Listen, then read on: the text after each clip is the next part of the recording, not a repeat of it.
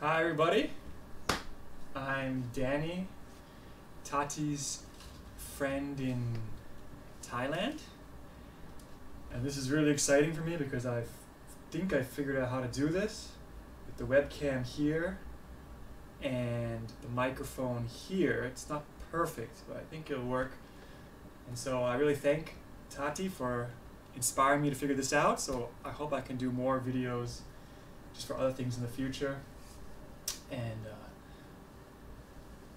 get a professional YouTube setup going. My name is Danny. I am from Thailand. I am half American and half Thai. My dad is American, my mom is Thai.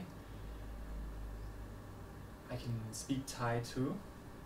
สวัสดีครับ ผมชื่อแดนนี่ และผมจะพูดถึงเรื่องศาสนาคริสต์ในเมืองไทย That's some Thai. Talk about the Adventist church in Thailand. I didn't grow up Adventist, so I know what it's like to be Buddhist. I was not a hardcore Buddhist because my dad was American, but I know it very well. My mom is a very strict Buddhist. She doesn't drink. She meditates a lot, so does my father. So I'll talk about that a little bit, and I hope you'll bear with me because this is new for me. And I want to go through this PowerPoint I have, and yeah, and hopefully you'll enjoy this. So the Adventist Church started, with the Chinese in Thailand about in 1900 or so, and the first church in Thailand was a Chinese church. And so it took a long time before the Thais themselves. There was information in Thai. The Chinese were the first Christians. We have many Chinese people here in Thailand. And the Chinese now mixed in with the Thais. And so a lot of them have forgotten their Chinese heritage. They've become kind of Thai. So I don't want to bore you. I just want to show you some photos first. Let's see if I can figure this out.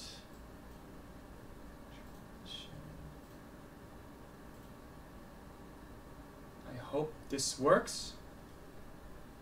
You can see this photo of Bangkok. My parents live in a condo. It kind of has this view. Tati's been there. She's seen this view. This is Bangkok at night. Very fancy, modern city. They say it has 8 million people, but it stretches and it consumes the countryside. So it's huge. It's not as big as some of these like Tokyo or Beijing, but it's up there, 10 million plus.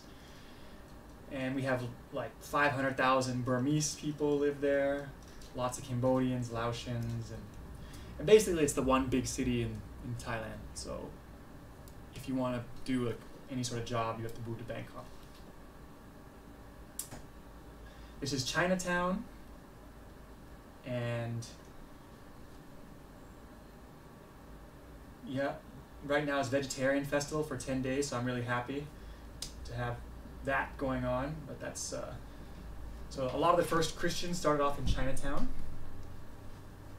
and so you can see that there's some Thai here. Maybe you can see my mouse. This is Thai, and this is Chinese, of course.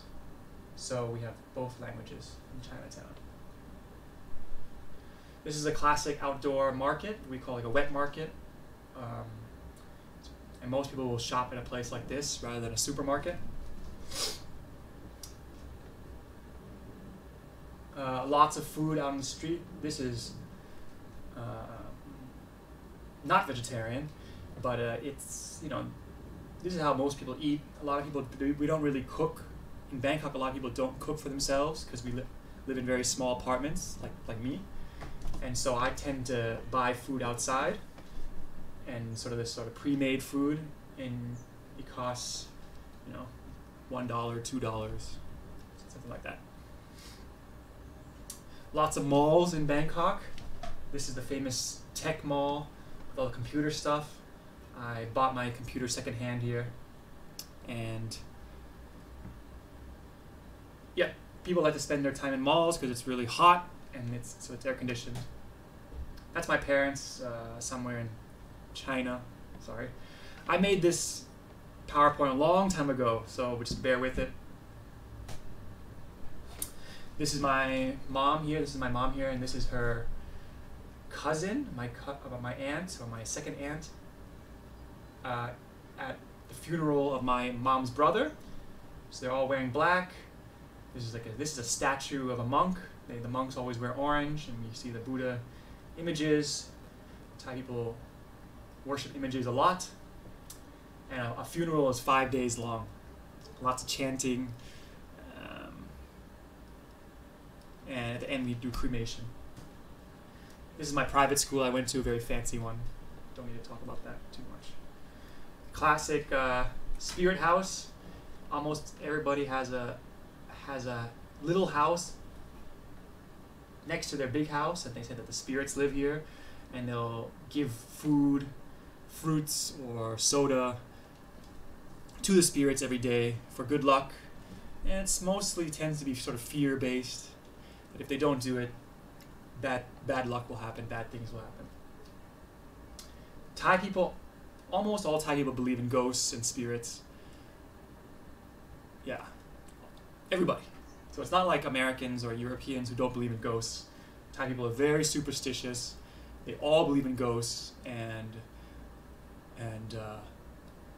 they're very religious in their way. This is like a holy tree. We have some of these, and then they put these things around it to sort of honor the tree. There can be a sort of a spirit in the tree, and so you cannot cut this down. You cannot, pee on this tree. That'll make people really upset.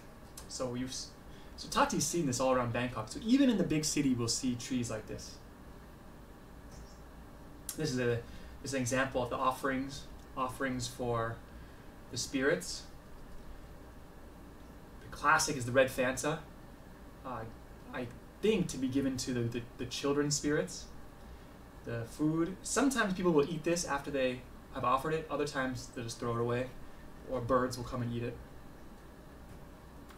This is my good friend becoming a monk. Most Thai people, Thai men, need to become a monk for at least a certain amount of time. Usually before they get married, or if they have some sort of crisis in their life, or some free time and they don't know what to do, they can't get a job, they'll become a monk and live in a temple for, depends, 7 days, up to 3 months, or up to forever. Some monks they're monks forever. They don't work. They just are given food. They are given alms every morning. And so my friend was getting married, and so he became a monk for maybe a few months. And being a monk, while you don't have to work, and that's kind of easy, they do have a lot of rules. It depends how strict you are, but a lot of monks, they don't touch money, they don't wear shoes, they have to sleep on the floor, they only eat 1 meal a day, and it's before 11 a.m., and then spend hours meditating and chanting. So for me, growing up as a Buddhist, my parents tried to push me to become a monk or to meditate, and I never liked it. I never liked sitting and focusing on my breathing. I had a lot of nervous energy, and I like to do things more. But there's some positives to it. So it causes you to reflect, gives you free time, mostly in nature. You spend a lot of time away from cell phones and movies and games. That's the good side, but it can tend to be very lonely. And if you spend too much time not doing anything, your mind can start to play tricks on you. So that's the negative side. These are the monks. See, they're going here, they're walking, and under his robes he has a big bucket, and people put food in it. And these people are waiting for food, and then he'll accept their food, and then he'll do a prayer or like a chant, and then like Namo Tassa Bhagavato Arahato Dada, something like that, which I still remember from my childhood. And it's actually not in Thai, it's in Bali, so nobody really knows what it means, but I just think it's good luck and it's good for you. So these are my friends. They taught English for these students, Thai people all want to know English, so if you ever want to get a job overseas, you can always teach English. And these are boxes of Bibles. My other friend, lots of Filipino teachers teach English all over the country, all over the world, really. Yep. That's some more Thai language.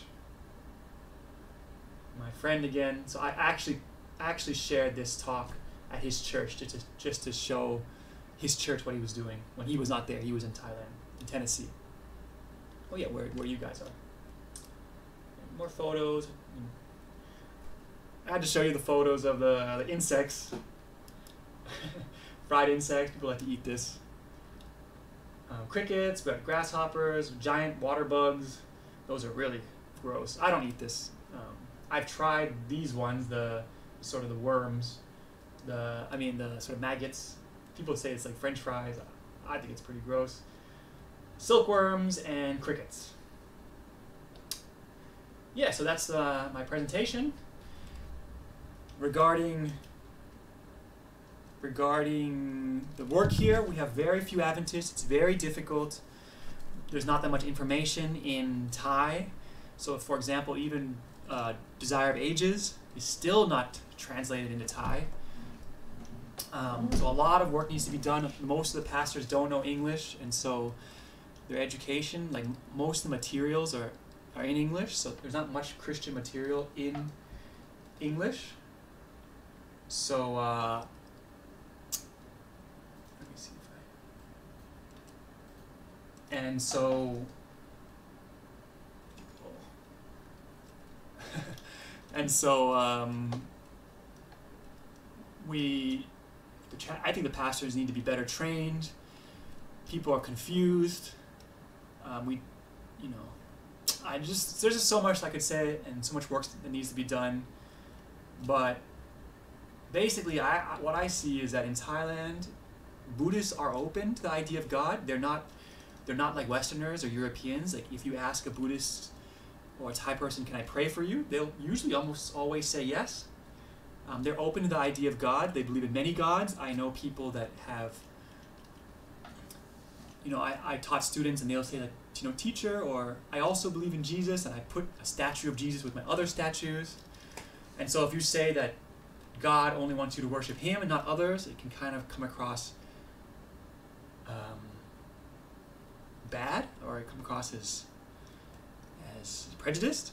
So we have to be very careful, and I believe the best way to do it is just to make relationships and tell people that, if you have problems, you can pray to God and he will help you, and the key is to know more about God so that you can understand his voice, sort of in your conscience. That's the idea.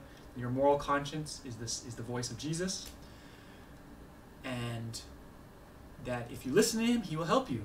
So most of the Christians in Thailand actually become Christians not through study of doctrine or Daniel or Revelation, but mostly just through answered prayer.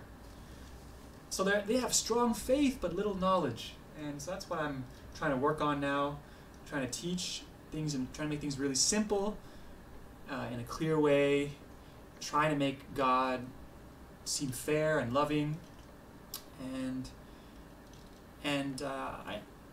I believe things are working here because a lot of people are kind of bored of just modern life, just working in the office and traffic, and can see that things are changing rapidly and things are going wrong, and Buddhism itself doesn't really satisfy the soul in terms of it's very much a works-based. It's all reincarnation and trying to free yourself of the cycle, but it doesn't explain where we come from or where we're going. The good part of Buddhism is that it's trying to help us be aware of our emotions and why we do things. And so, which is what we should do in Christianity too, but our advantage is that we have a God that will help us to overcome our weaknesses, which in Buddhism we have to do it ourselves, which can be very overwhelming and tiring for people. So I hope that I didn't give much information. I don't want to stay too long. I hope that this works, and I'm sorry if my sound is not okay. wish I could visit you one day. And I miss you all. I miss you, Tati. Say hi to Serena too. And may God bless all you students. In Jesus' name, amen.